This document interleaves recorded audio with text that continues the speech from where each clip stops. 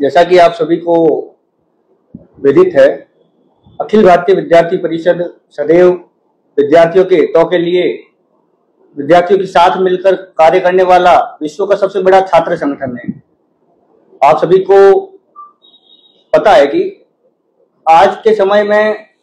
बाड़मेर जिले के कई महाविद्यालयों में कई प्रकार की अनियमितताएं हैं। इस अनियमितता को लेकर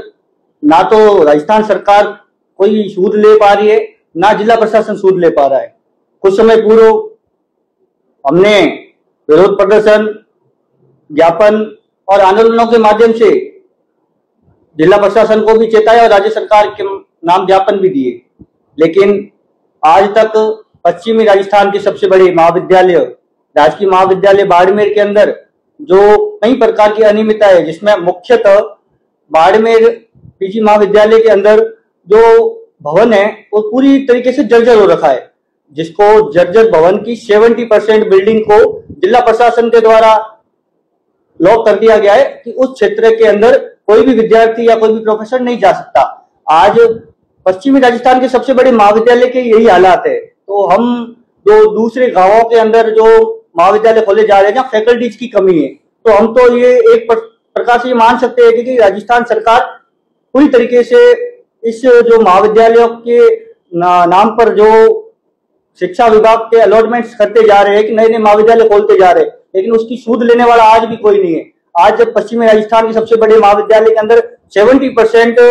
उसका जो भवन है उसको लॉक कर दिया गया है, ये बहुत बड़ा एक विषय है और इसको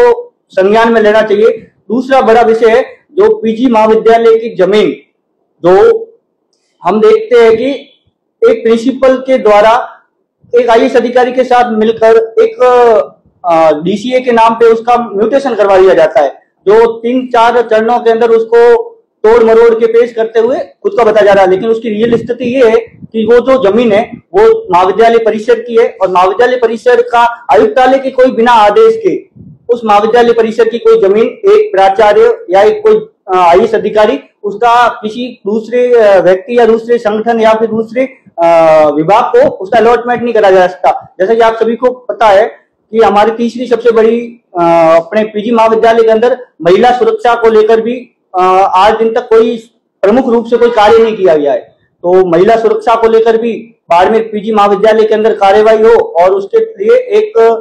या 2 महिला सुरक्षा कर्मी और उसके साथ साथ जो बालिका महाविद्यालय है उसके अंदर भी पास में एक गवर्नमेंट विद्यालय भी है, तो उसकी भी 4 दीवारी जो है वो छोटी हाइट में कर रखे, तो उसको भी एक हाइट उसके ऊपर बढ़ाई जाए। और उसी के साथ हमारी राज्य सरकार से मांग भी है कि कल भी मेडिकल महाविद्यालय के अंदर कुछ टेंडर प्रक्रिया के अंदर भी जो जांच कमेटी का गठन किया गया है उसमें भी पूर्ण रूप से निष्पक्षता से जांच हो, क्योंकि मेडिकल महाविद्यालय के अंदर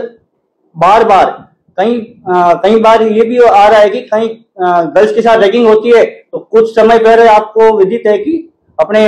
बालिका छात्रावास के अंदर मेडिकल कॉलेज के अंदर अन्य युवक घुस रहे थे, तो हम सरकार से ये भी मांग करते हैं कि महिला सुरक्षा को लेकर कठोरतम सुरक्षा व्यवस्था की जाए और सुरक्षा के नाम पे जो टेंडर से अलॉटमेंट किए जा रहे वो सिर्फ और सिर्फ प्रक्रिया दिन न रहे, वो जमीनी स्तर पे भी लागू हो। और महिलाओं की जो सिक्योरिटी का विषय है ये राज्य सरकार इसकी जिम्मेवार है और पूर्ण रूप से उन्हीं की जिम्मेवारी है कि हम राज्य सरकार के से मांग भी करते हैं कि जो महिलाओं की सुरक्षा है उसको पूर्णतः रूप से कठोरतम कार्यवाही करते हुए एक अच्छी व्यवस्था मुहैया कराए, जिससे बहन बेटी जो पश्चिमी राजस्थान के गांवों से दूर दराज से आती है वो अच्छी तरीके से वहां व्यवस्थित और सुरक्षामय वातावरण में रह सके। और जो एक बात आती है कि पश्चिमी राजस्थान का सबसे बड़ा महाविद्यालय है पीजी कॉलेज बाड़मेर, तो वहां हम देखते हैं कि जो पश्चिमी राजस्थान के सबसे बड़े महाविद्यालय के अंदर जो छात्रावास है उसकी बनने के बाद ना तो उसका इनॉग्रेशन हो पाया और ना उसका कुछ सुचारू रूप से संचालन हो पाया। उसी के कारण आज वो कई वर्षों के बीत जाने के बाद एक जर्जर खंडर बन चुका है, तो हम प्रशासन से मांग करते हैं कि उस खंडर को गिराया जाए और डीएमएफटी फंड और सीएसआर फंड का आप जो फालतू कई ऐसे अभियानों के रूप में घोटाले करके उसको जमीनी स्तर पे नहीं लागू कर पा रहे, लेकिन उस कार्यक्रम करके उस फंड का दुरुपयोग कर रहे हैं। हम जिला प्रशासन से भी मांग करते हैं कि वो फंड है वो जनता के लिए और जनता के द्वारा है फंड, तो जनता के लिए उस फंड को जमीनी स्तर पे लागू करे और साथ ही जिस प्रकार से आज देखते हैं कि पश्चिमी राजस्थान के सबसे बड़े महाविद्यालय के अंदर आज कोई भी प्रकार की भवन की व्यवस्थाओं के अंदर बहुत अनियमितताएं हैं, तो उसको भी संचालित रूप से शुरू हो। और हम सभी राज्य सरकार से अपेक्षा करते हैं कि आने वाले दिनों के अंदर ये सभी जो हमारी मांगे है इसको लेकर आगे आप कार्रवाई करेंगे, और अगर आगे कार्रवाई नहीं करते हैं तो अखिल भारतीय विद्यार्थी परिषद आगे आने वाले समय में वृहद स्तर पे आंदोलन करेगा। और आप सभी का बहुत बहुत धन्यवाद।